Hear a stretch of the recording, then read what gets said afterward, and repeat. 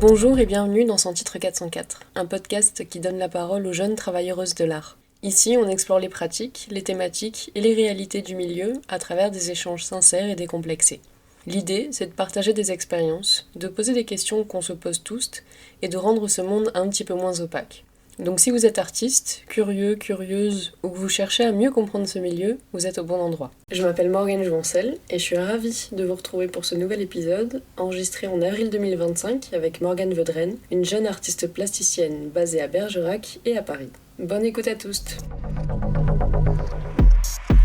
Je m'appelle Morgane, j'ai une pratique artistique qui s'articule surtout autour d'installations, je dirais textiles, mais aussi avec plein d'autres matériaux, que ce soit du papier ou de la céramique par exemple, ou d'autres objets trouvés, on va dire, qui est très inspiré quand même du féminisme et du camp et de la pop culture. En ce moment, du coup, t'es à Bergerac et t'es entre la Dordogne et Paris, si je me souviens bien. Oui, voilà. Actuellement, je suis revenue chez mes parents depuis à peu près 1 an et demi, je dirais, après être allée en Belgique après la sortie d'école. Mais ça m'a pas forcément trop plu. Enfin, j'ai kiffé l'ambiance et au niveau artistique. Mais après, c'est vrai que j'avais besoin d'un peu de calme, je crois, et de me recentrer après l'école, quoi.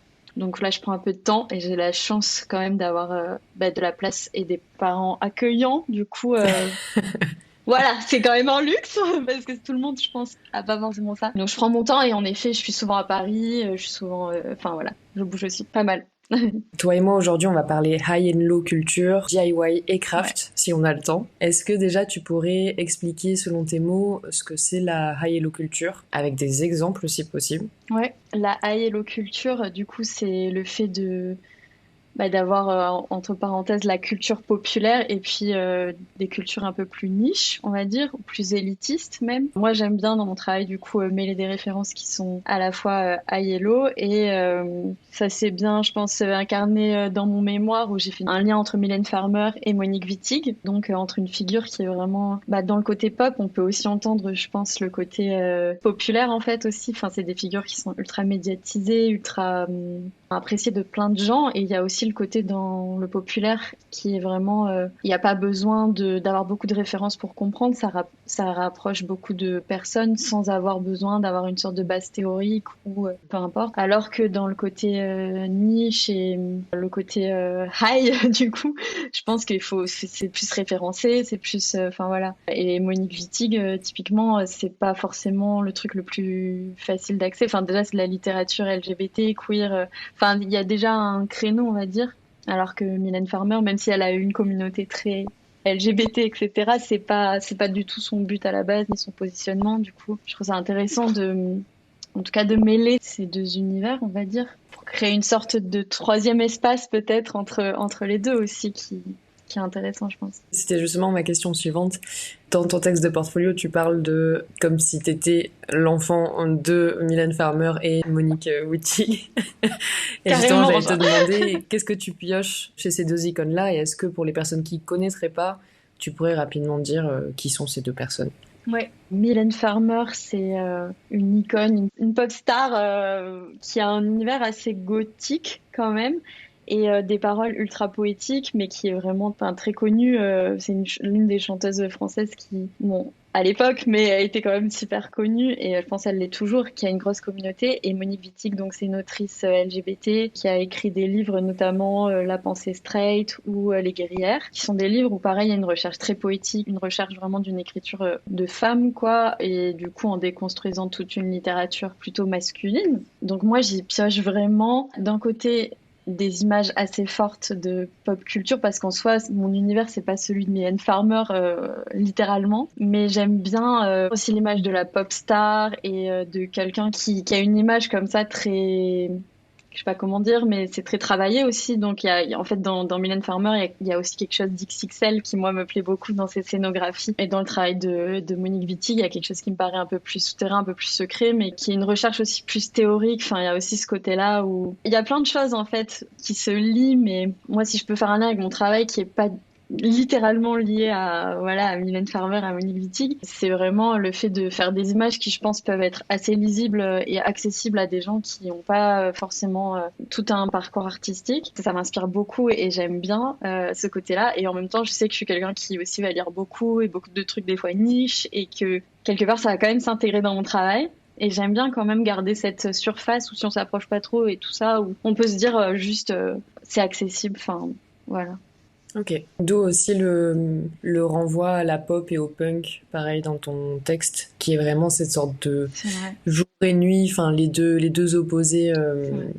qu'on pourrait voir de la pop, c'est vraiment l'accessible, c'est ce qui passe à la radio, à la télé, alors que le punk, c'est effectivement plus underground, C'est plus vrai niche et aussi. tout, quoi. Ouais, j'avoue, j'avais pas pensé à ça, ouais. Enfin, au fait que le punk aussi c'était pas accessible. Moi, j'aime bien la notion de punk dans le sens plus faire les trucs un peu spontanément et où finalement, presque des fois dans mon travail, je pense que on peut se dire qu'il y a des trucs un peu. C'est pas trash du tout, littéralement, mais c'est plus trash dans ma manière de le faire des fois, ou de genre en avoir un peu rien à faire, de brandir certaines formes qui vont pas forcément être ce qu'on attend peut-être dans l'art contemporain. Oui, il y avait aussi un peu ce renvoi au DIY qu'on retrouve dans le punk énormément, et le fait d'aller pas avec, je sais pas, quelque chose de très lisse, très propre, très clean, qui dépasse pas des lignes et tout, mais justement qui Grave. prend de la place et qui c'est pas forcément les formes auxquelles on s'attendrait, comme tu dis, dans l'art contemporain, quoi. Ouais, carrément. Est-ce que aujourd'hui tu ressens encore cette tension dans l'art contemporain de différenciation entre high et low, ou t'as l'impression que c'est en train un peu plus de prendre de la place et d'être moins séparé, moins distinct? Bah, à plein d'endroits, j'ai l'impression que c'est vrai que ça s'ouvre. En fait, ça dépend vraiment de l'endroit où on se situe, j'ai l'impression, parce que autant, Mm. je sais pas, quand je vais à Paris ou quoi, je vois que, enfin, des potes qui font des expos, souvent c'est ça. Et du coup, il y a des endroits où ça me paraît totalement être la norme presque. Et je me dis, bah, ouais, grave, on en est là. Enfin, il y a plus trop de Mm. limites. Et même à Bruxelles, franchement, ils sont vraiment chauds là-dessus. Et il y a d'autres endroits où, par exemple, c'est vrai qu'en Dordogne, enfin, c'est plus compliqué de se faire prendre au sérieux par certaines institutions. En tout cas, on me dit souvent, ouais, bon, la photo du cœur, peut-être pas en premier, du portfolio ou des trucs comme ça. Et ça, franchement, c'est là qu'on se dit, il y a quand même un combat, mine de rien, parce qu'il y a des gens que ça énerve encore beaucoup et du coup on sait qu'il y a du travail à faire et que juste pour être considéré et pas qu'on se dise ah ouais c'est genre une petite ado qui fait ses trucs dans sa chambre et tout, ce qui est le cas en soi et que j'assume complet aussi dans un sens, mais pas que en fait, on a le droit d'être plus complet, mais grave Ouais. en fait. Donc ouais, non, je pense qu'il y a vraiment tout un truc à faire là-dessus. Enfin, il y a encore beaucoup de chemin. Moi, ça m'intéresse d'avoir des pratiques à l'extérieur des grandes villes, de le faire justement en Dordogne ou voilà ailleurs, que là où il y a déjà tous les outils pour penser tout ça. Mais je trouve que c'est compliqué quoi.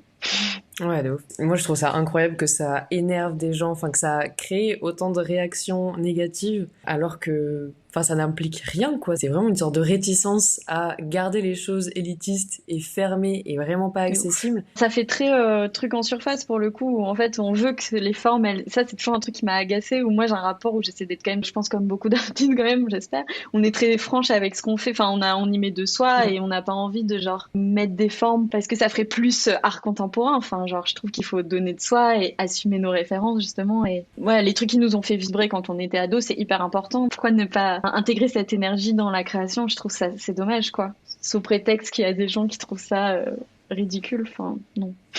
Oui, mais je suis totalement d'accord avec toi. Mais surtout qu'en plus, nous, on Trop fait bien. partie des générations qui sont nées avec Internet et donc avec un accès à des cultures, à un champ de références tellement riche. Et Ouais, pour X c'est raisons, clair.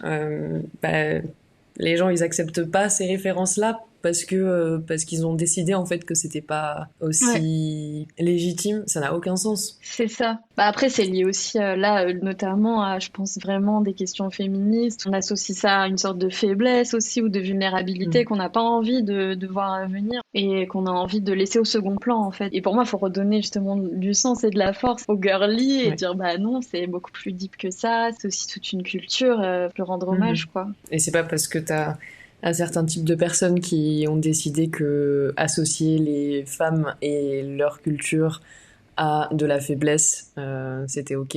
Enfin, ça ne Ouais, l'est pas c'est du tout. clair. C'est clair. Juste pour finir avec ça, c'est qu'aussi en plus ne pas juste être résumé à ça. Justement, j'aime bien le confronter Ouais. avec des traits beaucoup plus vénères aussi, même dans ma personnalité où on s'attend pas, je pense, à voir mon caractère arriver à des moments. Et je suis en mode bah ouais en fait c'est pas parce que j'aime le rose que voilà quoi. Oui, c'est ça, c'est qu'il y a cette distinction, enfin, dès que pioches dans un certain registre, t'es catégorisé comme exclusivement ça, alors que ben non, en fait, enfin, on est des personnes qui sont riches et complexes Exactement. et qui Mais grave. font appel à plein de choses différentes. Ouais, c'est une manière très binaire de voir les gens, quoi. Ouais, grave. Si tu peux avoir ça toi aussi un peu avec ton travail ou pas, ou qu'on te... En vrai, moi, beaucoup moins parce que ça touche moins justement l'intime et l'humanité. Ça touche plus, tu vois, des références SF, des cailloux, Ouais, l'avenir. Et justement, je m'approche carrément. pas, tu vois, de ces faits Hmm, sociétaux et de ces faits hmm, sociaux. Parce que justement, je comprends toute la discorde et surtout que bah, je kiffe la SF, quoi. Donc, à fond. heureusement pour moi, j'ai pas eu à faire face à ce genre de distinction. Hmm, hmm. Mais j'ai pu observer maintes et maintes fois autour de moi, et notamment quand toi et moi on était au même moment aux Beaux-Arts. Malheureusement, j'ai pu constater que t'avais été pas mal persécuté finalement par les profs, justement par les références que tu utilises et par bah, les productions que tu faisais et que tu fais encore. Du coup, je voulais te demander si t'étais ok de parler un petit peu de cette expérience-là, quand t'as dû faire face à Allez. des cerveaux réticents. Parce Ouais. que tu n'es pas la première et je pense que malheureusement tu ne seras pas la dernière non plus. Ouais, bah t'as raison, en vrai, je me dis c'est politique, faut le faire, faut en discuter, quoi, entre les personnes qui sont concernées et tout ça. Franchement, ça a été dur, les beaux-arts. Enfin, les beaux-arts à Limoges ont été durs, notamment parce que juste ça m'a fait pas mal perdre confiance en moi dans ma pratique parce que je devais surtout lutter pour exister. J'ai quand même eu des profs qui m'ont déjà dit ouais bon bah là c'est comme si t'avais rien présenté quoi, ou des remarques comme ça alors que j'avais genre vachement bossé ou que je mets beaucoup d'énergie quand même dans ce que je fais et tout ça et que je pense que je suis très prolifique aussi. Enfin je crée beaucoup de choses donc le fait qu'on me dise y a rien ça a été pas facile. J'avais soit l'impression que je prenais trop de place, soit que j'en prenais pas assez. Enfin c'était positionné en tant que meuf déjà c'est compliqué mais là c'était vraiment ça renvoyait tout ça je pense. Surtout la sensation que de toute façon quoi que j'explique on allait un peu me gaslighter. Enfin on n'entendait pas ce que j'avais à dire parce que en vrai les gens étaient pas prêts à l'entendre. Ça a été un peu une spirale où j'ai pas pris confiance et en même temps j'avais envie de quand même avoir mon diplôme etc parce que je me disais je suis légitime quand même et j'en aurais peut-être besoin pour après. Parce que maintenant je questionne un peu parce que je me dis peut-être je suis restée à un endroit où en vrai j'aurais pu évoluer ailleurs je pense. J'étais pas vraiment au bon endroit et c'était vraiment difficile. Mais voilà, je l'ai fait. J'ai pas trop de conclusions. Si j'ai un truc à rajouter là auquel je pense, j'avais un prof du coup ouais, qui m'avait dit que ce que je faisais, ça faisait un peu comme du scrapbooking ou des choses comme ça. Je sais pas si tu vois, des pratiques un peu de loisirs créatifs quoi.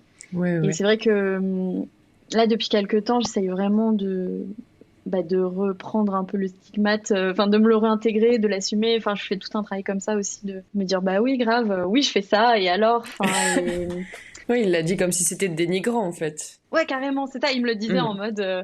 en mode, ben, ouais, genre, retourne dans ta chambre vers tes trucs. Et en fait, maintenant, je me dis, mais oui, oui, oui, je fais ça. Mais grave en Et surtout, fait. mais pourquoi pas, en fait? Et pourquoi ça te Bah dérange? ouais. Enfin, je pense que c'est plutôt ça la question, quoi. C'est en ça Mm. que, je trouve, il y a des trucs à déplacer. Dans mon travail, il y a vraiment quand même des notions intimes. Ou tu vois, là, je te raconte une expérience aussi. Je pense que ça participe. Et même dans mon travail, je m'interroge souvent entre ce que du coup, je veux raconter. Parce que je suis convaincue que l'intime est politique et que surtout dans le féminisme, enfin, tout un courant comme ça, et c'est ce que je défends à fond et qui moi m'intéresse beaucoup aussi. Mais en même temps, je trouve que c'est compliqué des fois de donner de soi, même dans des pièces, ou de trouver la bonne distance. Typiquement, aux Beaux-Arts, j'avais pas l'espace de confiance qui faisait que...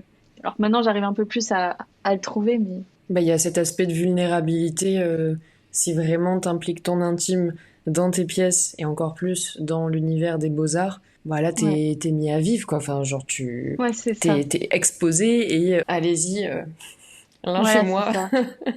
Mais Ce c'est serait clair. ultra dangereux, ouais. Ouais, c'est clair. Et en même temps, je pense que ça peut avoir un côté empowering parce que enfin, tu te dis, bah, en vrai, voilà, j'ai dit les choses et maintenant, moi, je suis OK avec ça.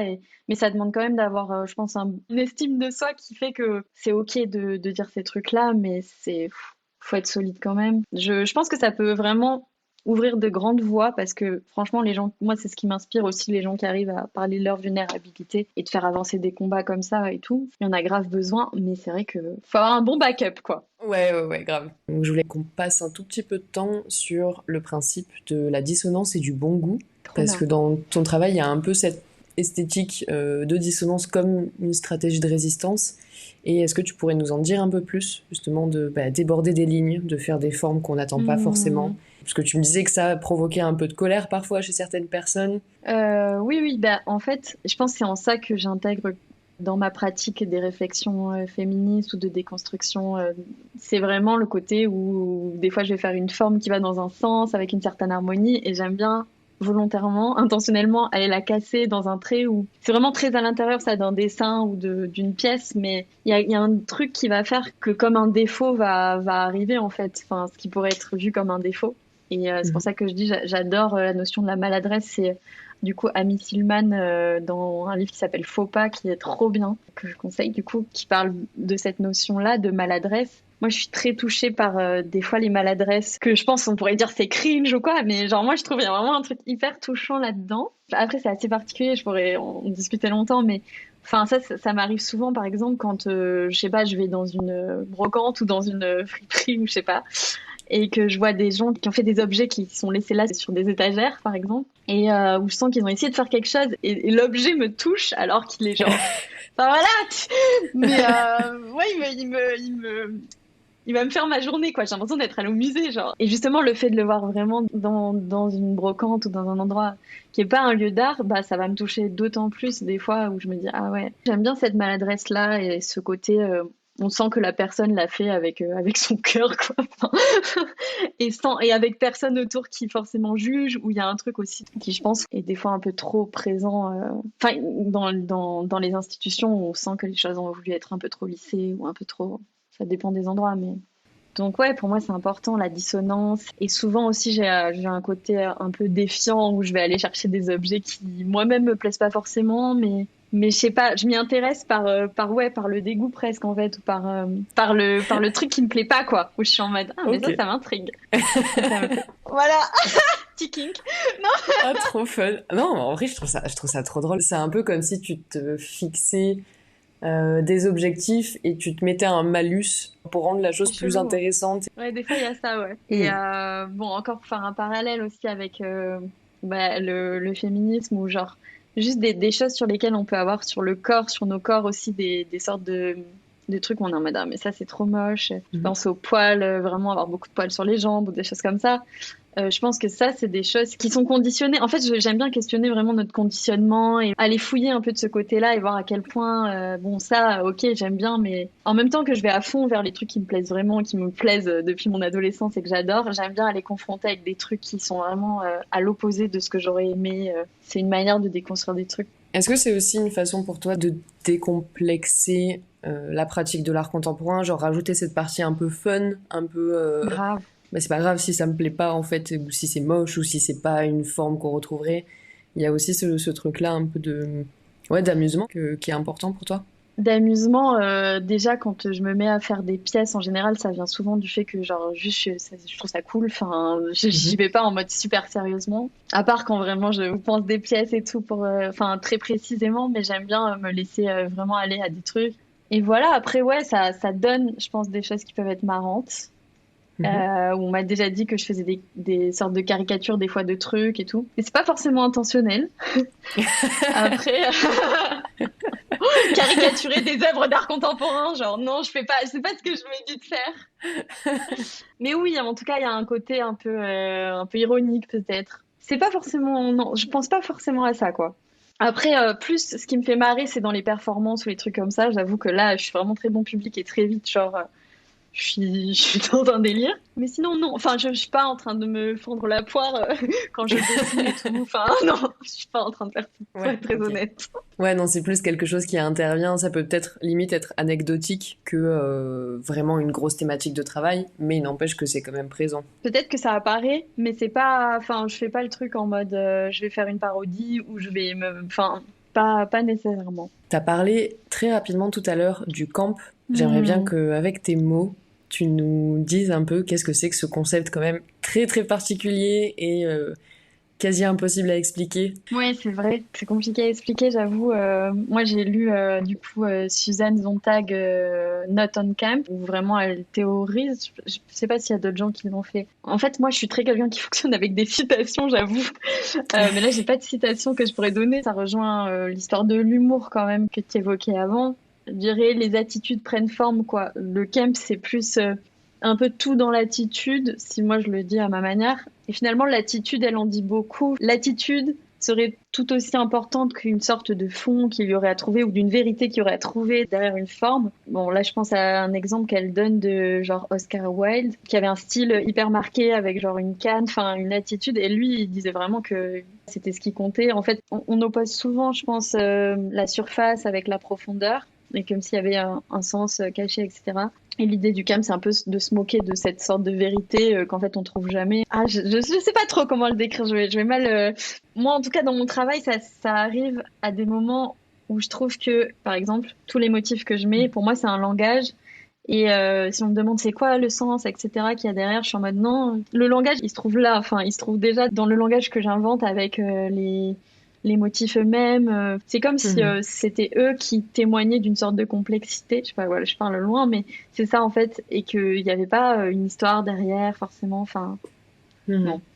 Je suis partie loin du camp, mais désolée, j'aurais dû lire une définition avant parce que je vais dire après merde. Non, t'inquiète. Non, mais en même temps, Désolée. quand j'avais commencé à me renseigner là-dessus, parce qu'il y avait eu, si je me souviens bien, un Met Gala sur... Enfin, la thématique de ce Met Gala, c'était le camp, justement. Et t'avais eu une Ok. quantité de personnes qui s'étaient complètement trompées. Et j'avais regardé plein Ah. de vidéos YouTube de gens qui Mm. analysaient les tenues pour voir si ça Mm. matchait ou pas. Et Mm. de ce que j'avais compris, c'est que c'était effectivement super compliqué de trouver une définition parce que Ouais. c'est un très vaste concept, mais je trouve que la façon dont tu as eu de l'expliquer, les deux premières phrases étaient très bien. Tu vois que tu as quelque Mm. chose dans l'attitude, plus que dans vraiment le Ouais. besoin d'avoir une quantité de références et de symbolique associées à ton propos, alors que ça peut être juste Mm. ça, et c'est très bien aussi. Bah, attends, mais en vrai, je peux te trouver une phrase en 2 secondes, là, cool, qui Vas-y. résumera le camp que j'ai dans mes notes. Ah, mais voilà, mais ça, trop bien, par exemple. Donc, j'aime les plaisirs simples, ils sont le dernier refuge des âmes compliquées. Signé une femme sans importance. Enfin, en vrai, c'est ça, quoi. C'est en gros une simplicité. Et une autre, le camp nous attire et nous séduit définitivement lorsque nous réalisons que la sincérité ne suffit pas. La sincérité peut être simplement ignorante, prétentieuse et étroite d'esprit. Ça questionne bien des valeurs un peu bien pensantes aussi, je pense, ou qu'on a bien intégré, de genre la sincérité, ça serait la valeur absolue, ou la Mhm. profondeur, pareil. Enfin, c'est en ça qu'il y a un jeu, je pense, et qu'il y a de l'humour aussi, d'un retournement, en fait. Juste de pas se prendre au sérieux. Et je pense que c'est plus en ça que je dis que mon taf, il est un peu camp aussi, c'est que c'est une manière de dire, ben, pourquoi ça serait moins sérieux que le reste, en fait. Pourquoi parce qu'il y a un Ouais. cœur, c'est moins sérieux qu'autre chose. Et moins Mhm. papillon. Voilà. Je suis tombée sur pas mal de termes et de mots-clés associés à ton travail, ou en tout cas qui sont évoqués dans les références sur lesquelles tu t'appuies pour ton travail. Il y avait cette notion, ce mot un petit peu vulgaire du bon goût, et du fait que tu questionnes justement ce bon goût-là. Je me suis demandé, est-ce que si jamais tu es sur une pièce, une production qui, au Ouais. final, match un peu trop les critères du bon goût, comment est-ce que tu opères face à ça? Tu vois, est-ce que tu vas volontairement, on pourrait dire saboter, du coup, dans le Mm. registre du bon goût, ou est-ce que tu laisses tomber cette pièce, ou alors tu go with the flow et bah, t'acceptes Ouais. ça, et tu peux aussi avoir, tu vois, des pièces plus classique. Parce que dans tous les cas, comme tu le disais, et moi je me rappelle de certaines installations que tu faisais aux Beaux-Arts, et même les photos d'expo que je vois passer parfois sur toi, t'as une quantité de pièces, enfin c'est des installations vraiment ultra généreuses, et donc certaines Oui, choses c'est vrai. peuvent justement, tu vois, passer inaperçues et être Mm. aussi clean, quoi. Enfin voilà, je voulais te demander un peu comment tu réagis face à ça si Mm. tu y es confronté. En vrai, le côté sabotage ou je sais pas quoi, enfin, c'est pas du sabotage parce qu'en vrai, c'est plutôt lié à une manière de penser. Même quand je suis en train de faire un truc, en fait, je suis très présente à ce que je fais, je crois. Enfin, il y a un Mhm. truc un peu comme ça, de très dans l'instant présent et qui va traduire vraiment mon ressenti à ce moment même et mes pensées aussi. Du coup, c'est plus ça qui va faire que disons que tout est un peu intégré dans mon dessin et peut-être que les traits de ratage et tout, c'est peut-être des angoisses aussi des fois ou des choses qui viennent arriver comme ça, que juste qui sont présents au moment où je suis en train de faire quelque chose et qui vont faire prendre une direction à mon dessin. Je sais pas comment dire, mais en fait ça c'est dans mon processus et je pense que c'est pas forcément quelque chose de très visible de l'extérieur aussi. Mhm. Et c'est aussi, c'est fait exprès ça pour le coup. Enfin, j'ai pas envie que ce soit finalement que ça reproduise un truc assez binaire entre genre juste on comprend les endroits où je suis harmonieuse et les endroits où je le suis pas. J'ai envie Ouais. vraiment de créer une zone un peu entre les deux parce que ça aussi c'est un truc qui m'intéresse vachement de justement pas être dans un truc qui est forcément très vite mis dans une case de genre, voilà, là il y a le beau, là il y a le moins beau. Enfin, j'oppose pas trop des notions comme ça dans un truc binaire. Je veux Mhm. vraiment plutôt essayer de créer une poésie de ça et de juste, s'il y a un truc qui me traverse qui est pas forcément, qui allait pas dans l'idée de ce que j'étais en train de faire, bah je vais le contrecarrer par un trait qui va ailleurs, imaginons. Ou si j'avais prévu de faire cette gamme de couleurs, bah au final, si je change d'idée, bah je vais le prendre en compte et complètement faire autre chose. Ça se passe de manière assez rapide. Ça, c'est pour quand je fais des pièces où je sais que je les fais de manière spontanée, que je me laisse vraiment libre champ de faire ce que je veux.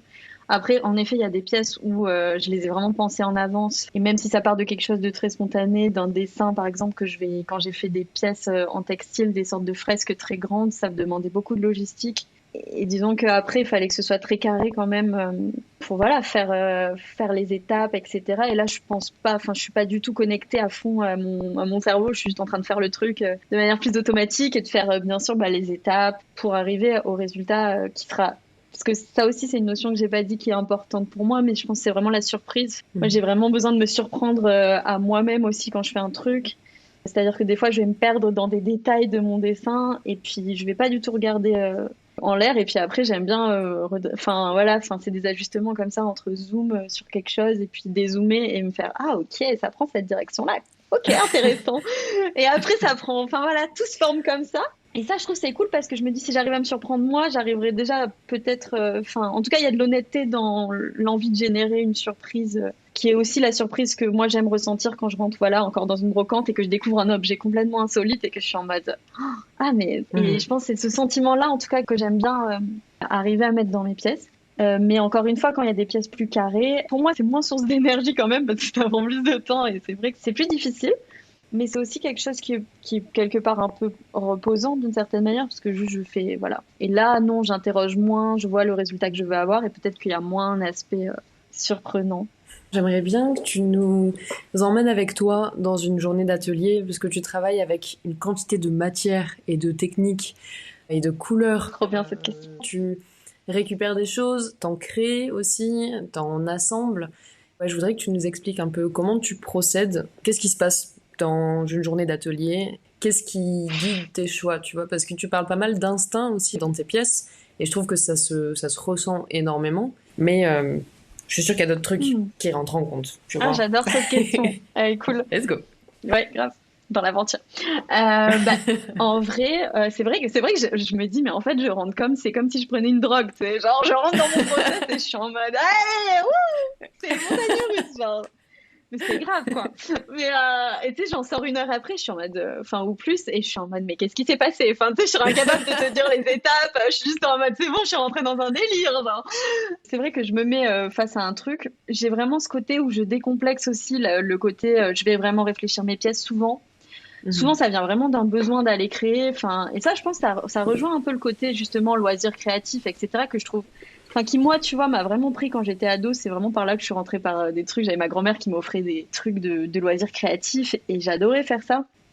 Et je pense que j'ai Mhm. toujours un peu ce truc où quand j'ai envie un peu de prendre une bouffée d'air frais ou quoi, genre juste je fais quelque chose. Et du coup, je me pose pas trop de questions. Est-ce que je vais faire une pièce super? Non, pas du tout. Genre, je prends un truc, j'en ai envie. Et je trouve que c'est hyper important. Puis cette notion de plaisir, j'y suis grave attachée. Et du coup, je prends un support qui se trouve là, mais j'ai plusieurs trucs à disposition et je me dis ah ok je vais faire quelque chose et puis après j'ai plein de d'objets en effet soit que j'ai récupérés, que j'ai glanés, qui m'ont intéressé plus des autocollants, enfin plein de choses à ma disposition qui m'attirent. Et là, je me mets à faire quelque chose, quoi, à dessiner. Et après, ça prend des, enfin comme je te dis, il y a des trucs de zoom et de dézoom où je suis en mode, ok, là, je vais faire ça, je vais rajouter ça.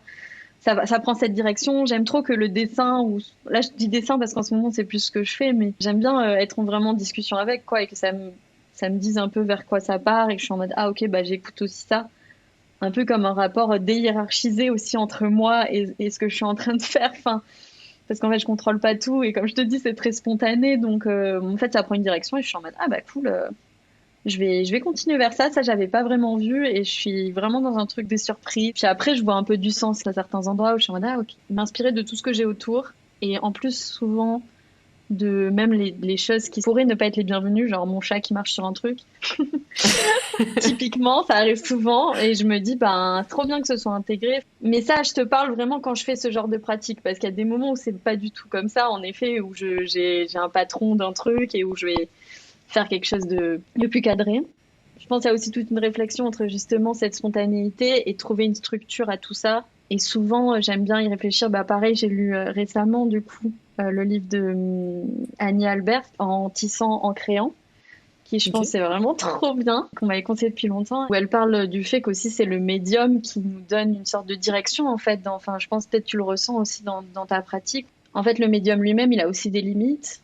Et du coup, c'est ça finalement. Enfin, il y a une discussion comme ça qui fait que, à un moment, tu sais, des fois où t'arrêter parce que c'est un peu une exploration, trouver ses outils. Donc c'est comme ça que ça se passe. Entre aussi avec soi, quoi, nos propres limites, de genre, je sais pas, il y a un moment t'es fatigué, t'arrêtes. Enfin voilà. Donc il y a une écoute un peu à toutes les choses avec lesquelles t'es en contact finalement, qui t'inspire. Donc t'as l'atelier, c'est une table ronde en fait. Il y a toi, il y a les matières, il y a les formes, il y a les lois de la gravité et il y a le temps que tu peux accorder à cette journée. C'est une discussion à hiérarchie horizontale. Ouais, à fond. Vraiment, je pense qu'il y a quand même un côté pas magique, mais j'ai entendu le podcast que tu as fait avec la personne d'avant où elle parlait de signes et tout ça, et je pense qu'il y a quand même cette attention. Je pense qu'on est quand même un peu quand on crée dans des trucs de conscience modifiée un petit peu, et où forcément on est un peu plus attentif, un peu plus à fond en connexion avec ce qu'on a autour aussi, et il y a tout ce jeu entre des éléments qui vont se répondre ou qui vont créer une histoire ensemble, et ça je trouve qu'après c'est dans une sorte de magie dans la pièce, en tout cas d'une énergie qui en ressort, qui fait partie de ce moment-là. Moi, c'est ce qui me fait kiffer. Donc peut-être qu'il y a une notion de jeu, en tout cas là-dedans aussi. Et d'exploration de soi aussi, je pense quand même. Enfin, c'est un peu cliché, un peu New Age, mais... Non, mais voilà, ouais, une petite introspection. Tu vois Ouais, carrément. Moi, ça me le fait... Sauf quand c'est des trucs vraiment, tu sais, où tu dois être méga attentif. Genre, je sais pas, si je suis en train de souder, je vais pas forcément songer à mes problèmes ou autres. Normal. Mais quand je fais de la céramique, tu vois, mes mains... agissent et je suis un petit peu portée par mes pensées parce qu'il y a quelque chose de mécanique. L'expression genre t'es dans la zone, c'est un petit peu ça.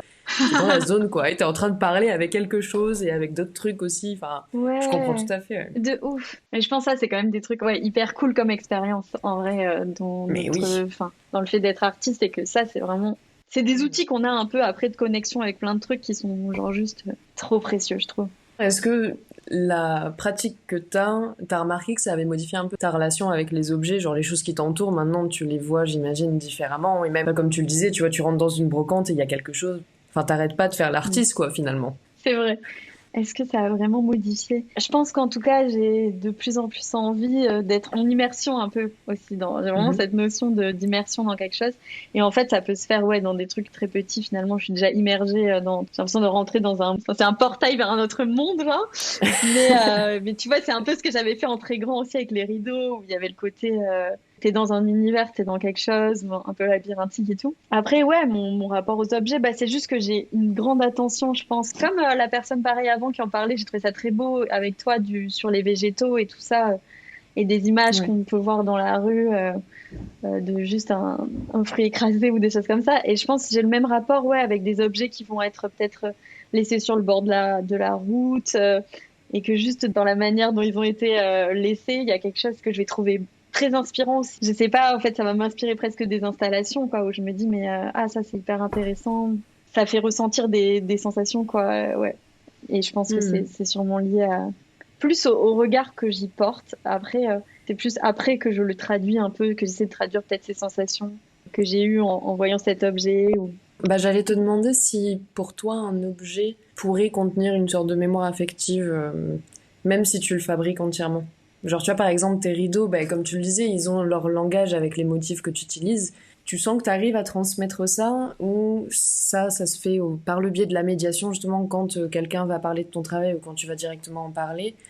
Même si, de toute façon, toute l'esthétique et toutes les œuvres que tu produis, on ressent, tu vois, l'affect, on ressent, je trouve en tout cas, une sorte de petit hommage à la génération post-internet et le fait d'accepter, genre, d'où est-ce qu'on vient, les années 2000 et tout. Oui, grave. Tous ces trucs-là, mais c'est ce que tu essaies justement de faire comprendre, que tous ces petits objets, ils peuvent renvoyer à quelque chose de sensible?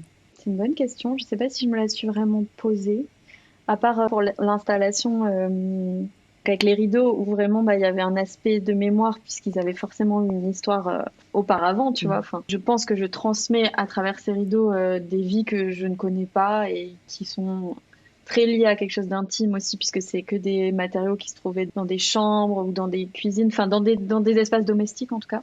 Après, je mets beaucoup de signes et plutôt dans les objets, je pense. C'était vraiment des intuitions. Les objets vont me diriger dans ma vie quand même. Même si bon, faut arrêter de consommer des objets. Non, je sais pas, j'ai pas grand-chose à rajouter là-dessus, je crois. Et ben en parlant de signes, je voulais qu'on parle donc à la fois des pièces que tu produis, mais aussi des performances que tu crées. Il y a souvent une sorte de maquillage ou de costume performé derrière ton travail. Est-ce que tu pourrais nous parler justement de ce principe-là? Pourquoi ces images-là ou ces renvois à la mise en scène? Ma Mylène Farmer, non, non mais voilà. C'est ce que j'allais me dire. Bah en fait, mais tu l'as dit dans l'intro, quoi. Non, t'inquiète. Non, mais l'image de la pop star est importante pour moi de se mettre en scène. En même temps que des fois je suis hyper timide et j'aime pas trop faire ça, mais mais j'aime bien en tout cas moi l'espace de un peu rêver de la pop star et du maquillage, et aussi parce que le maquillage c'est pour parler un peu du conditionnement des femmes, etc. Genre l'idée de on ne naît pas femme, enfin vraiment littéralement ce truc-là. Enfin pour moi c'est ça que ça incarne, l'idée de maquiller des choses en tout cas aussi, et de les déguiser. Tout comme Mhm. quand ça t'as pas vu parce que j'en ai pas fait beaucoup aux Beaux-Arts de Limoges, mais avant je faisais vraiment de la vidéo et du mapping, et j'aimais bien l'idée de en fait remplir une surface où il y avait rien, de pouvoir remplir une surface de manière comme ça très superficielle, et qu'en fait si on appuyait sur un bouton il y avait toute l'installation qui s'arrêtait d'un coup. Je trouve que ça représente bien cette histoire de façade et de tout est un peu construction. Enfin je sais pas comment dire, mais c'est un peu Ouais, mon je capte. Oui, une sorte de c'est- décor de pièce de théâtre, quoi. Si jamais tu pousses ouais. le truc, bah, t'as tout le feuillage et le château lointain qui Ouais, s'effondre c'est et... ça.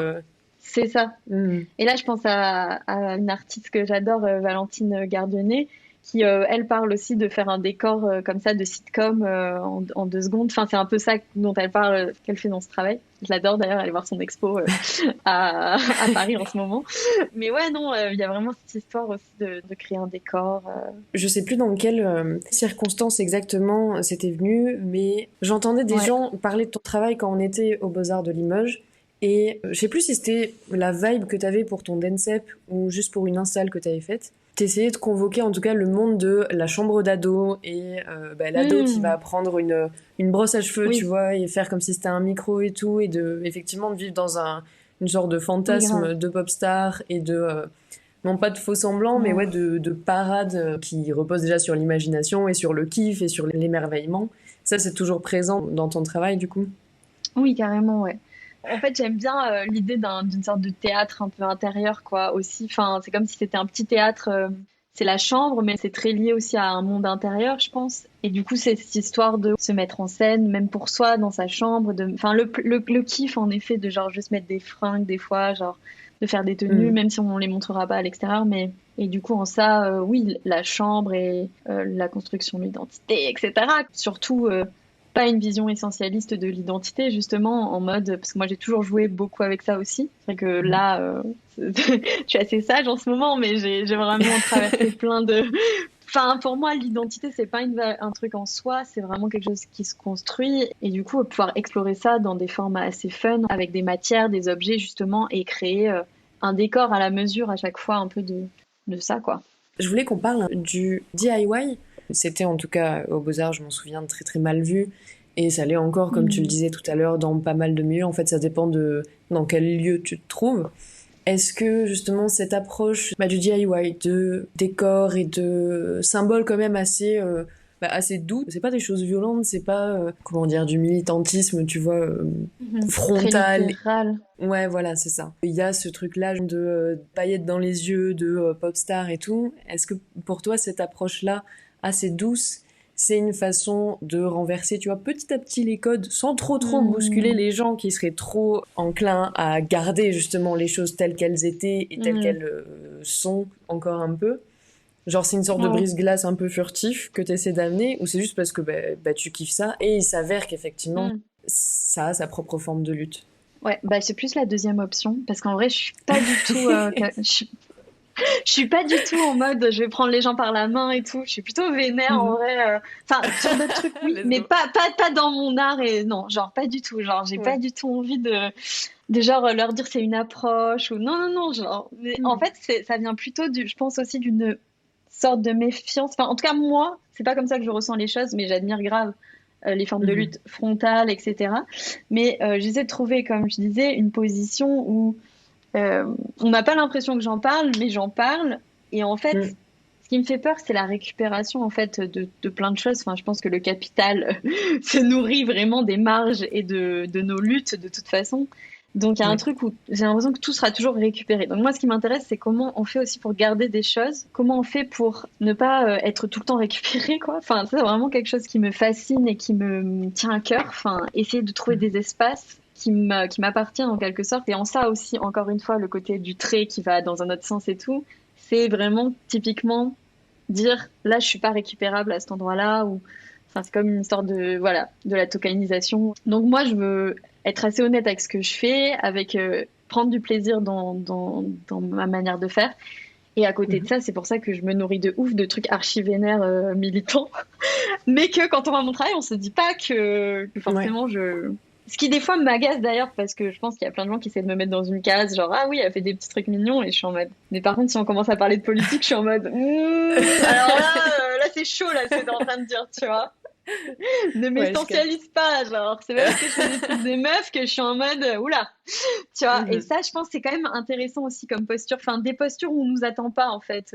Moi, j'aime bien pas être lisible forcément tout de suite et genre pas que mon travail Ouais. soit lisible forcément dans du féminisme, mais je sais que c'est hyper intégré, que c'est hyper fort. Donc c'est pas littéral, mais en même temps, par contre, il y a des fois, je me suis inspirée dans des formes de. Il y avait un camp de femmes qui a fait des banderoles. C'était Greenham Common. C'était une manif de femmes contre le nucléaire. Elles ont vraiment fait des pièces qui, je trouve, étaient vraiment trop belles, quoi, avec des formes quand même assez féminines, mais avec un message politique écrit avec des belles lettres et tout. Et enfin, il y a quand même en tête aussi ces formes de manif et de faire quelque chose de rapidement aussi qui pourrait servir une lutte. Je pense en tout cas que dans l'esthétique, c'est quand même aujourd'hui très présent. Enfin, on est de plus en plus en train de se questionner comment on fait pour que ce soit aussi militant, etc. On est aussi beaucoup en manif et beaucoup donc du coup les deux se relient parce qu'il y a tellement de questions qui sont brûlantes, c'est le cas de le dire, comme la planète. Mais Ouais. voilà, donc clairement, bref, je me perds un peu dans tout ça, mais pour revenir à la question de base, j'accompagne pas. Je suis pas dans. C'est un point de départ vers quelque chose. Je suis en mode. Il y a des choses à lire dans mon travail. Ceux qui le voient et qui ont un autre gaze, tant mieux. Ceux qui voient qu'autre chose, c'est pas grave. Moi, je sais qu'à côté de ça, je vais me battre pour plein de trucs et voilà. Mhm. Je trouve ça super intéressant comme chose de... Ce qui est bien, c'est que ton travail, comme tu le disais au tout début, il peut être apprécié tel quel. Il n'y a pas forcément besoin d'avoir tout un bagage artistique, théorique, historique et tout pour juste kiffer tes Mm. installations, tes performances et tout. Mais c'est pas effectivement que du travail en surface. Il y a énormément de choses, énormément de références. Et ce que j'aime bien justement, c'est les pratiques, tu vois, avec différents niveaux de lecture qui Oui, sont accessibles pour tous, mais Mm. qui ça fait que tu apprécies à chaque fois une nouvelle facette de la pratique et Ouais, je trouve ça très chouette et oui, qu'en plus de ça que t'aies une quantité de références militantes et de ah je perds mes mots enfin bref des trucs t'inquiète. cool. Ouais, ouais. Oui, oui, oui, oui, oui, je vois ce que Mm. tu veux dire. Mais en fait, c'est cool l'idée de. Des fois, on zoome sur des choses et de dézoomer. Il y a des choses à voir si tu regardes dans le détail, mais c'est métaphorique aussi, quoi. C'est pas genre juste le dessin lui-même. Tu peux choisir de regarder les choses un peu de loin, ce qu'ont fait les Ouais. gens, les profs aux Beaux-Arts avec moi. Non, et tu peux choisir aussi de rentrer dans quelque chose et dans une pensée. Parce qu'en fait, pour revenir sur cet espace où je parle de genre pas être récupéré par certains trucs et tout, c'est Mm. parce que je prends vraiment le truc de, par exemple, la pub. Genre, si on pense à la pub, c'est hyper binaire. T'as d'un côté, t'as un message, tu le comprends, c'est didactique, etc. Et je trouve Ouais. que c'est trop bien d'essayer de trouver un espace où on n'est pas didactique, mais où on n'est pas non, enfin, tu vois, où c'est pas très clair, mais c'est pas grave, en fait. Genre, juste, on sillonne dans un truc qui ramène plein de références, qui peut, ouais, mêler plein de choses. Et surtout, moi, en tout cas, l'idée de pas faire un art qui est écrasant dans sa forme, quoi. Ça, c'est important pour moi. Genre, qu'il soit pas un truc hyper ouais, hiérarchique, où déjà, quand on voit la forme, Mm. on se dit, oulala. Tu vois, comme par exemple, je sais pas, Qu'est-ce qui se passe? Ouais, à l'époque, quand les gens se disaient ah ouais, non mais genre carré blanc sur. En vrai, moi je comprends grave et je kiffe beaucoup d'héritage. Bon, à part beaucoup d'héritage de mecs qui me gavent, mais je veux dire un héritage patriarcal contre lequel je suis quand même un peu. Mais je veux dire, j'aime bien aussi que comme ça, que ça puisse être accessible. Mais pas que ça puisse être accessible sur, encore une fois, dire c'est un début de féminisme. Non, non, non, genre, ça non. Parce que je Ouais. suis en mode, il porte un féminisme qui est bien le sien et qui est bien vénère en plus. Donc, même si ça se Mm. voit pas, tant pis. Je défends vraiment quand même une position féministe, peut-être dans la pop culture aussi. Je pense au livre Féminisme et pop culture de Jennifer Padjani, d'ailleurs, que j'ai là. Il est trop bien. Elle donne plein de refs de représentation et tout ça. J'ai name droppé plein de livres, mais en ce moment, j'ai pas mal lu. Donc, T'as fait la transition parfaite parce que j'allais te demander si t'avais d'autres refs à filer par rapport à tout ce dont on vient de parler ou pas. le podcast Présente, qui est trop cool sur l'art et tout ça. Concrètement flou aussi, de Marion, qui est cool. En livre, il y a Vivre avec le trouble de Donna Haraway, qui est vraiment trop, trop bien. C'est un peu des trucs de base, mais en même temps qui prennent quand même du temps. Donc je me dis de base, on en a un peu tout survolé des notions comme ça, peut-être aux Beaux-Arts, mais en vrai, c'est cool de prendre le temps des fois enfin quand on l'a, quoi. Il y a un spectacle que j'ai adoré qui s'appelle Total Eclipse des Sœurs H. Je sais pas où il pourrait être visible encore, mais vraiment, je le trouve magnifique. C'est une performance avec une ado qui est sur scène, donc c'est vraiment chouette. On est aux 3 dernières questions que je pose à tout le monde et la seconde c'est quel conseil t'aurais à donner aux jeunes travailleuses de l'art? Je pense que ça peut changer souvent, les conseils, mais en ce moment, je dirais être assez proche de soi dans ses valeurs et tout ça. Je pense que c'est une bonne boussole. Aussi, juste des fois, écouter simplement ce qu'on a envie plutôt de faire ou ce qu'on n'a pas trop envie de faire. Parce que je pense que des fois, aller dans des directions juste pour tel ou tel truc ou pour des idées de carrière, c'est pas forcément toujours le meilleur truc à faire. Je pense qu'en vrai, c'est cool de juste se recentrer et genre faire ce qu'on kiffe parce que je pense que c'est le plus honnête et c'est ce qui fait que ça amène les meilleures vibes autour de nous aussi, les meilleures connexions, les trucs les plus sincères et les trucs les plus genre juste qui font avancer finalement pour soi et pas pour genre une idée d'une ambition quoi que ce soit et qu'on a besoin de ça quoi. Donc aller à fond avec ses idées, ses trucs, pas trop avoir peur même des critiques aussi, je dirais. Les prendre et se dire ben ok, enfin comment je peux en faire une sorte de force, c'est un peu un peu cliché mais ouais, Non mais c'est vrai hein. Et en plus voilà. t'en es un très bel exemple je trouve de ce conseil donc c'est bien dit. J'ai encore du chemin franchement, c'est chaud mais ouais, ouais, ouais. Hmm. J'essaye de me l'appliquer. Ma dernière question, c'est qui est-ce que t'aimerais que j'invite pour un prochain épisode ou quelle thématique t'aimerais que j'aborde à l'avenir? Hmm. Je pense à des filles comme Eva. Je sais pas si tu la connais, vous étiez en Et même bah temps ou pas aux comment? Beaux-Arts? Eva Praca. Ah, Elle elle était là, était je pense. arrivée en 4e année avec moi, mais elle est partie. Ah voilà, elle est partie et je trouve qu'elle a une très belle. Enfin, on a déjà eu l'occasion de rediscuter sur des projets et tout ça et elle est vraiment hyper intéressante. Pareil Ok. pour Nassima, que tu connais du coup, je pense, qui Oui. a fait un super podcast aussi pour son diplôme. Ouais, je dirais déjà ces deux personnes Mhm.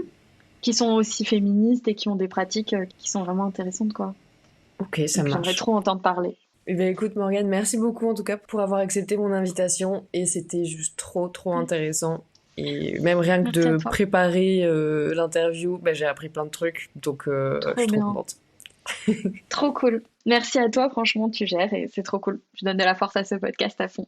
Bravo d'avoir pris l'initiative. Merci, merci. Merci d'avoir écouté cet épisode de Son Titre 404. Toutes les références et liens pour découvrir le travail de Morgane sont en description. Si vous avez des retours ou des suggestions, n'hésitez pas à venir échanger avec moi sur les réseaux. Et bien sûr, abonnez-vous pour ne rien manquer des prochains épisodes. À très bientôt.